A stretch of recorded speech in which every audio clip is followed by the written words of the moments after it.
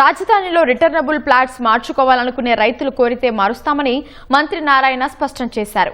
జరీబు, నాన్ జరీబు భూములపై రాష్ట్ర స్థాయి కమిటీ ఏర్పాటు చేశామని, నివేదిక వచ్చాక పరిష్కరిస్తామని తేల్చి చెప్పారు. గన్నవరం విమానాశ్రయం భూములకు సంబంధించి కలెక్టర్కు ఆదేశాలు ఇచ్చామని మంత్రి నారాయణ వెల్లడించారు. జరీబు వాళ్ళకి 1450 చదరపు గజాలు, నాన్ జరీబుకి 1250 ఇచ్చాం. అయితే కొంతమంది మాది కూడా జరీబు కన్సిడర్ చేయమని అప్పీల్ చేయటం, దాని మీద కమిటీ డిస్ట్రిక్ట్ లెవెల్లో కమిటీ వేయటం కలెక్టర్ ఆధ్వర్యంలో. అయితే ఆ కమిటీలు వేసిన దాంట్లో మెజారిటీని రిజెక్ట్ చేశారు. అయితే మళ్ళీ రైతులు రిక్వెస్ట్ చేశారు అప్పీలు.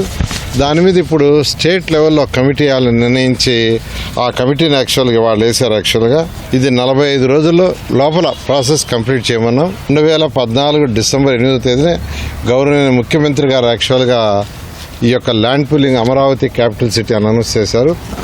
ఈ జరీబు, నాన్ జరీబు ఫైనలైజ్ చేయడానికి ఆ రోజు శాటిలైట్ పిక్చర్స్ తీసుకొని దాని ప్రకారం చేయమని యాక్చువల్గా దాంట్లో ఆర్డర్ ఇచ్చాము. ఇవాళ 45 డేస్ లోపల వీళ్ళు రిపోర్ట్ ఇవ్వగానే దీనికి సంబంధించిన ప్రాబ్లమ్ని సాల్వ్ చేస్తామని రైతు సోదరులందరికీ తెలియజేస్తున్నాం. అదేవిధంగా గన్నవరం ల్యాండ్స్కి సంబంధించి కలెక్టర్ గారికి ఆదేశించాం.